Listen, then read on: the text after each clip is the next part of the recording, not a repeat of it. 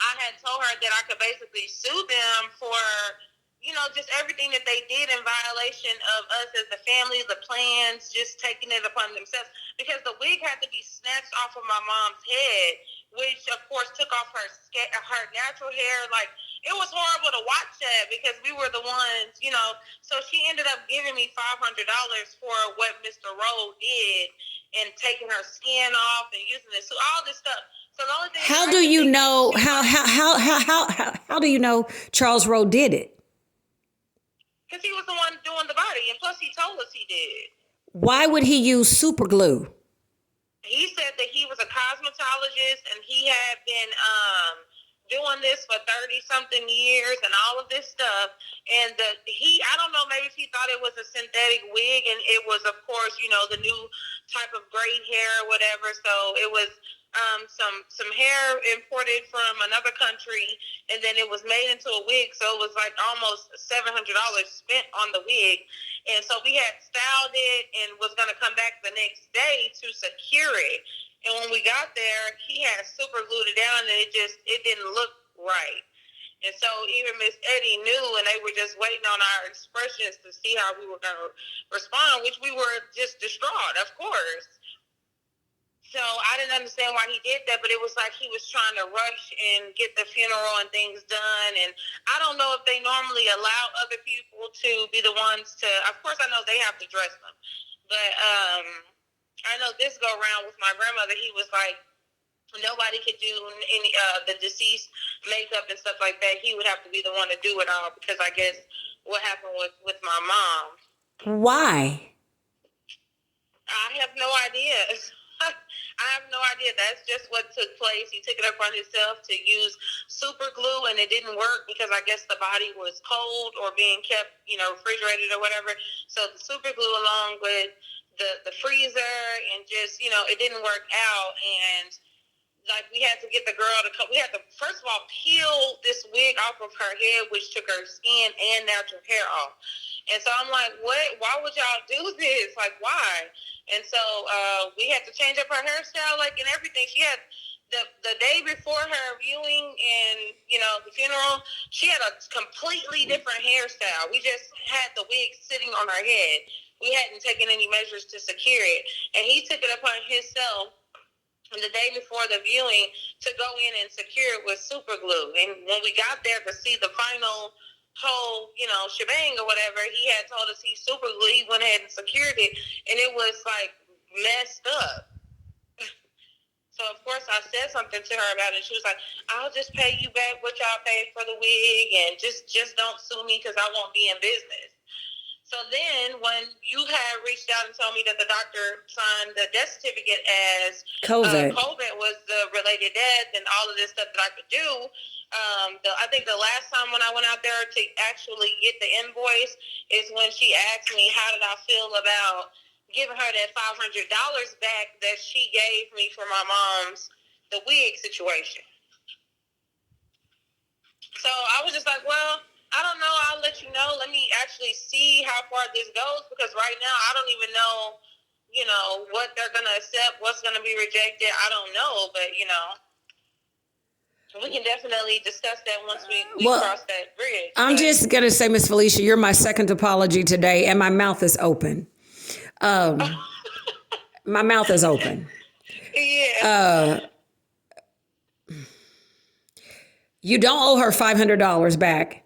And for her to even ask you to do that's defamation of a deceased person. That's a big problem. Right. Mr. Rowe is not a cosmetologist, and I don't know why. Wow. I don't know why he would tell you all that. That is not true. And she's right. Had you done anything, you wouldn't have put her out of business, but she would have to pay you. But you wouldn't have put her out. She said I would put her out of business, but I said she had some type of pamphlet as a funeral home that facts of death. The facts of death. Yeah, we have to give them out legally. I had read that, and I told her that I was going to make a report and complaint through whatever was on that pamphlet, and she was just like, "No, don't do that," because Mr. Rogan, he was just rude throughout the whole time and of interacting and dealing with them. Like, he was just rude, and that was like the final straw. Like, literally, we were already going through enough, had a war within the siblings in itself, and then for him to just be like so rude throughout the whole ordeal, it just made things even more harder to just accept when we saw that. So I was like, you know what, Miss Eddie, I like you, but him, no, this has gone too far. He should not have taken it upon himself, to go in here and super glue this wig down. This isn't a synthetic, this is human hair. So yeah, she actually at the funeral came up to me without me even knowing that she was going to give it to me. She just didn't want me to make that complaint or report on her. Well, honey, that complaint was worth way more than $500. I hate to be the one to tell you, but okay. Right. And that's not even something you can really pay for, because that's like, just like you're telling it to me today, that's a memory you're never going to forget. Right. And it's a moment that for sure you won't be going back there, because now I actually cosmetize, and I've cosmetized for over 20 years. I'm not a cosmetologist. I do not have a cosmetology license, but that is what I do at the funeral homes. However, that is what Charles Rowe does. He's not licensed either. You don't have to have a cosmetology license to do a deceased person. You just have to know what you're doing. And as things I think he was saying all that because he's seen that we were eager to be the ones to, bring in a makeup artist of our liking, to do her makeup and have her hair done by, because he wanted to be the one to go by. And I don't know if they had their own system in place, but it seems like there was some sort of disconnect in between Miss Eddie and him, because Miss Eddie would say, "Yeah, y'all get y'all makeup, girl." Because you can. Yeah, you can. You can. You can.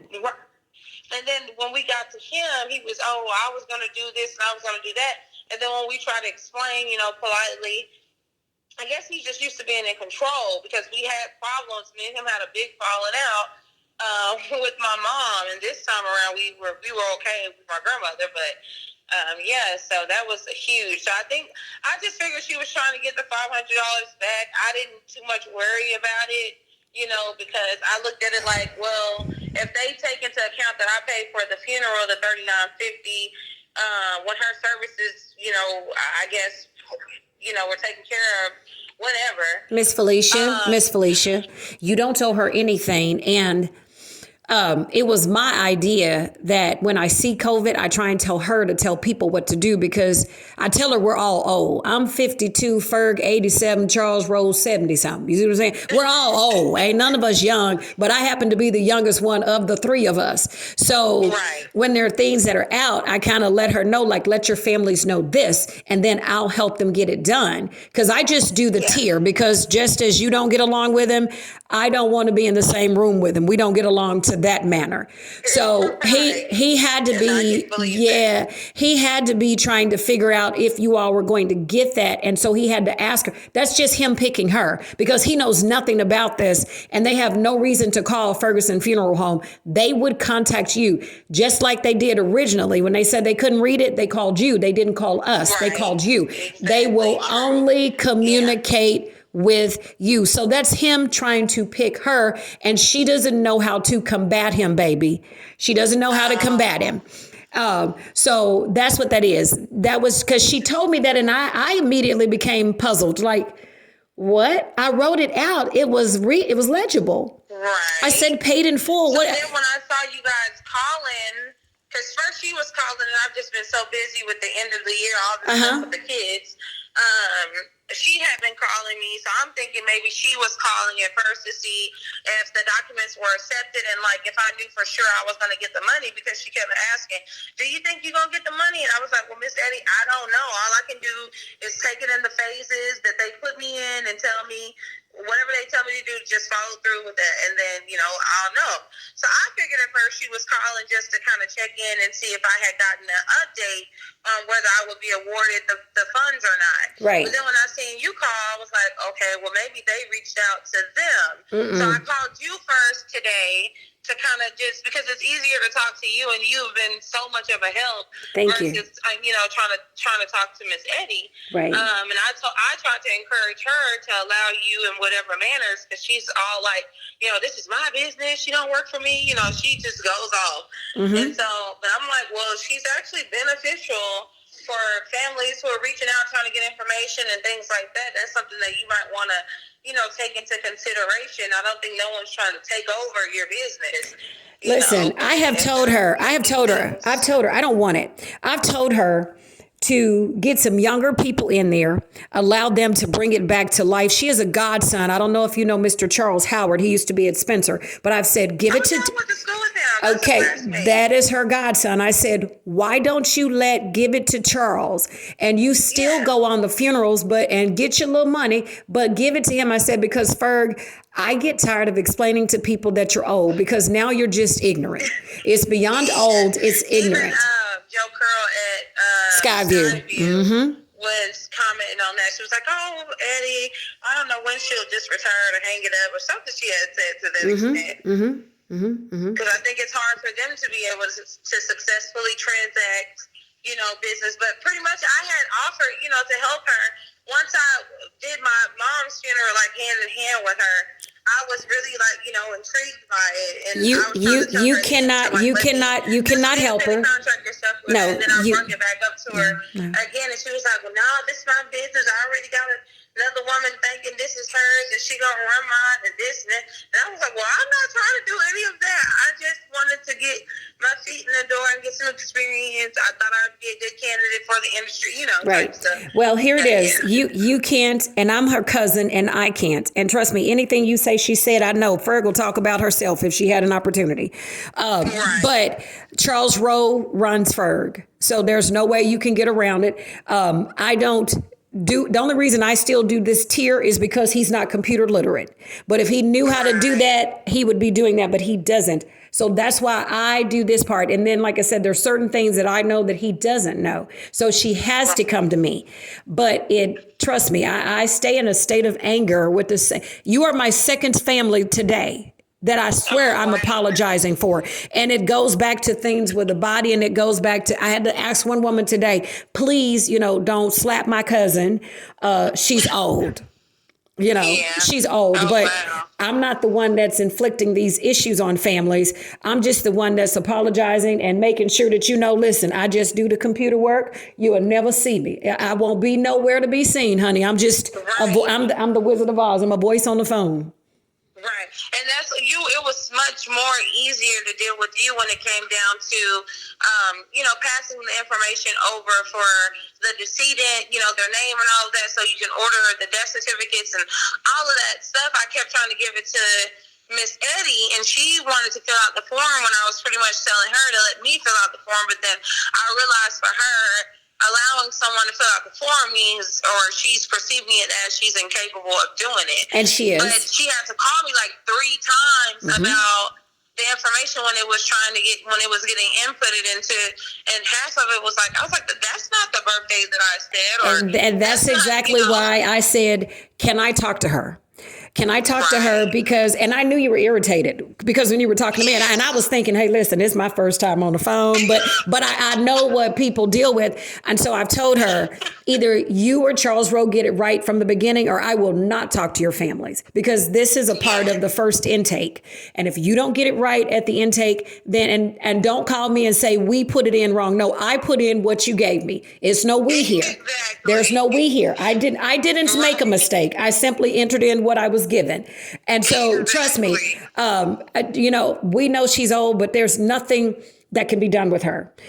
She's never going to leave that funeral home, and she don't care if nobody talk about her. But you don't owe her $500. You don't owe her $500. You are not to give her any of your COVID money. That is your money. That is money to help you all reestablish whatever. If it's just a trip to make you forget a little bit about for the moment what happened, that's what it's for. But they do pay you. I have friends that I actually because I do bodies and I run them through my cousin Ferg. I used to own Lakeview Funeral Home, which is where Golden Gate is in Fort Worth.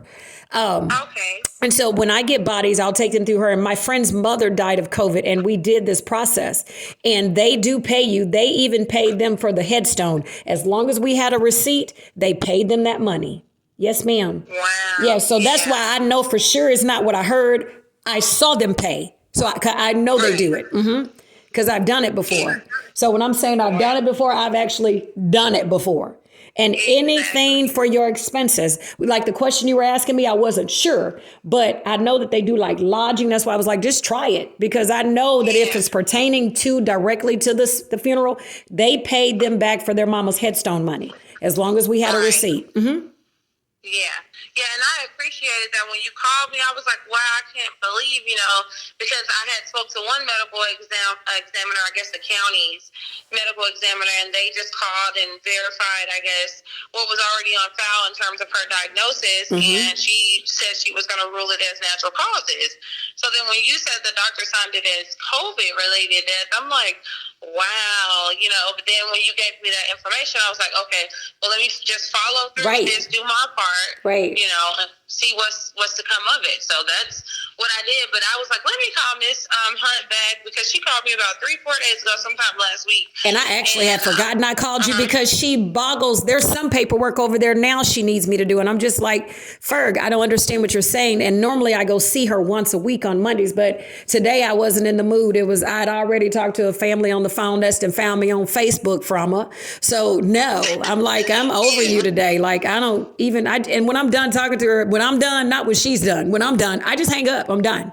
I don't want, because you're doing too much over there, and somebody is going to be angry at you, and you're going to end up in the world of trouble. And you're going to be too old, and then I'm going to be mad as hell. But still, she going to be the incited it, because I know her. I think she would just be more beneficial allowing somebody else that's younger that has the passion or the will or the want. Right. And she can just pass on the wisdom, and allow them to, there to be a smooth transition, because she's still vital in terms of information, Right. But you have to know when. She's not on the front line anymore. Families, no, not at all. Yeah. Not at all. Or Mr. Charles Rowe, absolutely. Yeah, and you are not the first complaint of him, and there's nothing she can do with him. He controls her. I'm sure you saw that. Yeah, I did. I definitely saw that. So, because I saw that. Yeah, so it doesn't matter who's in the front of us. He'll just shut her right down. So, so I can't be around that, because we'll be somebody going to jail, because I don't know. So I stay from there, except for on Mondays, honey. I'm only in Como on Monday. And because I didn't go today, I'm going tomorrow. But other than that, everything I do the death certificate information from home. I order them from home. I don't have to go there unless it's just let me print her out some of your paperwork that you actually signed, the facts of death. I print that out for you. Right. That's the only reason I have to go to her house. But everything else I do right in my house. It's all, so you could have helped her. It's all done over the computer. Very simple, very easy. Nothing difficult. And I noticed she needed help, because the whole time she was riding in the car with me. Like when my mom passed, she was riding in the car with me, and this was my first time ever having to do something like this. But everything that she needed done, she would tell me to call and say this, or go in and tell them this. So I'm like, oh, this is easy stuff I do anyway, like on a day-to-day, just a different industry, a different world, maybe not related to death, So I was easily able to just carry out the little task that she needed. So it was still her running her business and doing it how she wanted to, but she had someone else like a front runner, Exactly. And she needs it. She definitely needs it. And more pleasurable to encounter you, because like her and Mr. Rowe are horrible. It's like, you know what, you might want to take this feedback as someone who's doing business with you. But I know she looks at it like, oh, I've been in business for, however many years. Oh, she'll tell you. She'll tell you. Like, okay. But what she won't tell you is that I can't really do anything with Charles Rowe, because I've told her, give it to your God. I told her, I don't want it. Your son doesn't want it. Let Charles take it. Give it to your godson. Call him. Yeah. Give it to him. Let him bring it to life. And you still can be present, Ferg, but you don't need to be in the front anymore.